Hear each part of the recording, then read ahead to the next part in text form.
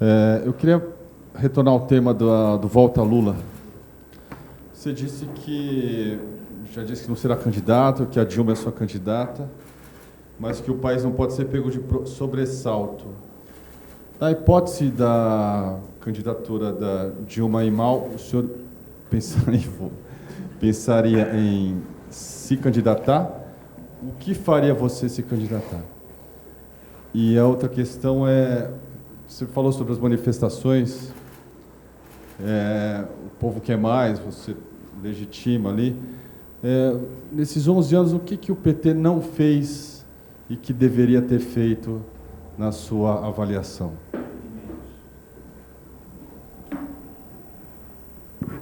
Olha, toda pergunta feita para a gente responder sobre hipótese é muito complicada, sabe? Porque eu, logo no começo que eu deixei a presidência, uma vez me fizeram essa pergunta: qual a condição que você tem para voltar a ser candidato? Eu dizia, só se aconteceu uma desgraça nesse país, ou seja, que a Dilma não pudesse ser candidata, sabe? E o PT não tiver criado outra pessoa, poderia voltar, sabe? Eu estou dando isso para você agora, amanhã, sabe, você pode pegar um jornal com a manchete, sabe? Lula diz que se Dilma morrer, ele volta. Sabe? Isso está fora. Eu vou trabalhar para a gente eleger a Dilma, sabe? O que vai acontecer no futuro, só Deus sabe. Se eu vou votar no futuro, só Deus sabe. Eu acho que o Brasil pode criar tantas lideranças e eu acho que eu já cumpri com a minha parte. Sempre que eu for convidado a dar um palpite, eu vou dar um palpite. Hoje eu tenho coisa na cabeça que eu deveria ter feito, que eu não fiz. E acho que nós precisamos fazer mais coisas e mais rápido. E eu sei que a máquina é demorada, sabe? Mas eu acho que é um privilégio de um país ter uma candidata como a Dilma. A Dilma é uma mulher, não sei se vocês já tiveram contato com a Dilma, é uma mulher de muito caráter, é uma mulher ideologicamente, sabe, definida, ela tem lado, sabe? De vez em quando as pessoas falam, mas ela é muito dura. Hoje ela é dura como toda mulher, é assim, gente. Acha que mulher pode ficar te reganhando como homem? Sabe? Se vocês entravam na minha sala, eu contava uma piada, falava de futebol, falava uma bobagem, até acha que a Dilma vai contar uma piada? Você imaginou a Angela América contando uma piada para vocês? Não vai, é outro jeito, sabe? É a mulher obtendo sucesso num lugar que era para homem. Não é isso? Historicamente era assim. Mas eu acho que ela é uma mulher muito competente para isso. Muito, muito, muito. E ela sabe o que ela tem que fazer. Né? O que o PT não fez? Você sabe que historicamente, todo partido que chega ao poder, sabe, o governo eleito afunda o partido. Por quê? Porque toda vez que um partido chega ao governo, a tendência é ele levar os melhores quadros do partido para o governo. E o partido fica sendo dirigido de forma inferior, com a direção mais fraca, mais fragilizada. E muitas vezes nos incomoda, enquanto dirigentes de um país, que o nosso partido faça oposição a nós. E isso diminui muito o papel do partido. Porque se a gente está bem, é maravilhoso o partido defender o governo. Mas se o governo está mal e o partido vai defender o governo, sabe? Embora você diga quem utiliza, como é que fala? Quem se utiliza do bônus tem que pagar não, quem se utiliza do ônus tem que pagar. Quem utiliza o bônus tem que pagar o ônus, ou seja, na política não é verdadeira. Então, quando você leva os melhores quadros, o partido fica com dirigentes mais fragilizados. E o partido deixa de fazer as coisas que tem que fazer. Está questionando o governo, está cobrando do governo. Você não precisa fazer oposição, mas o partido tem que ter força para reunir com os ministros, cobrar as coisas, dizer, sabe o que você tem que fazer. Qual é o papel do Partido Socialista francês hoje com o governo François Hollande? O Hollande ganhou as eleições na França com um discurso. Né? Já perdeu 2/3 da popularidade por conta que negou o seu próprio discurso. Onde é que entra o partido para cobrar dele a execução do discurso? Tá? No caso do PT, o PSOL nasceu por quê? Um racha do PT que começou na reforma da Previdência do setor público, que as pessoas não queriam, tá? E depois a questão do mensalão. Tá? Nós fomos perdendo dirigente. Então, o PT, eu acho que o PT tem que ser levado em conta o seguinte: quanto mais forte for a direção do PT, mais influência o PT terá nas decisões governamentais. E quando eu digo decisões, não é participar de reunião, sabe, do governo. Isso é um problema do governo.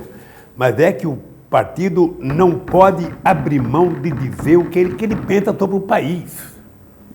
Se o governo vai fazer ou não, é outros 500. Mas se o PT, se um partido chega ao governo e ele abre mão de dizer o que ele pensa para o país, sabe, ele fica enfraquecido, ele deixa de ser referência para a sociedade. E eu acho que isso enfraqueceu muito o PT. E, sobretudo, quando o governo fica muito forte, como nós ficamos no segundo mandato, sabe? Em que cada vez que o Frank vinha trazer uma pesquisa para mim, eu falava: Frank, ainda expaço para crescer. Eu falava: não tem mais espaço. Eu falava: tem, nós vamos crescer um pouco mais. Se o mandato não tivesse terminado, a gente chegaria a 100%, 110%. Sabe? Nem terminou. Mas sabe por quê? Sabe por quê? É porque nós exercemos uma coisa que eu acho que nunca a democracia foi exercida na sua plenitude como nós exercemos. Nunca. Tem gente que fala que a internet facilita mais o exercício da democracia. Não é verdade.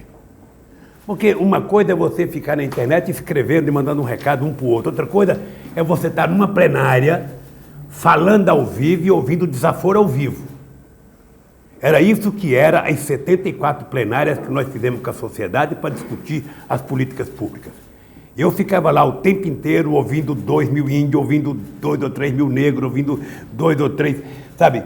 Tudo que era movimento ia lá falar. A gente exercia na plenitude. E eu ouvia muito desaforo. Não pensa que as pessoas, sabe? Quando era outra, as pessoas chamavam de inteligência. E a cara que me chamava de baiano, sabe? Outro me chamava de taturana. Outro falava com o dedo no meu nariz, tinha vontade de morder o dedo do desgraçado. Mas era assim. E as pessoas foram adquirindo uma coisa legal, que era o seguinte: ele já não achava mais que era o Lula que era presidente, ele achava que era ele. Chegou um momento de tanta coisa, que ele achava que ele era, sabe, que ele estava lá. Essa é uma coisa que eu acho que foi uma grande vitória nossa. Foi a gente estabelecer um novo padrão de relacionamento entre o Estado e a sociedade, e entre o governo e as entidades organizadas da sociedade, sabe? E eu acho que o PT, por exemplo, o PT poderia ter crescido. Eu também tenho culpa, porque o PT poderia hoje ser a grande referência mundial de partido político. Não tem ninguém nos dias de hoje, ninguém com o padrão de sucesso que o PT teve no governo. Não tem um partido que teve o padrão de sucesso que teve o PT nessas últimas décadas. Então o PT poderia ser a grande referência para a América Latina. Eu uma vez fui convidado para ser presidente da Internacional Socialista. E eu disse para os meus amigos Sapateira, para os meus amigos Sócrates, sabe, que eu não poderia ser. Primeiro, porque eu não era filiado, meu partido não era filiado à Internacional Socialista. Segundo, porque a Internacional é uma coisa criada para a Europa. Nós temos que criar um modelo latino-americano, um modelo caribenho, um modelo, sabe, em que uma mistura de salsa, samba e tango, sabe, para a gente poder criar uma coisa nova.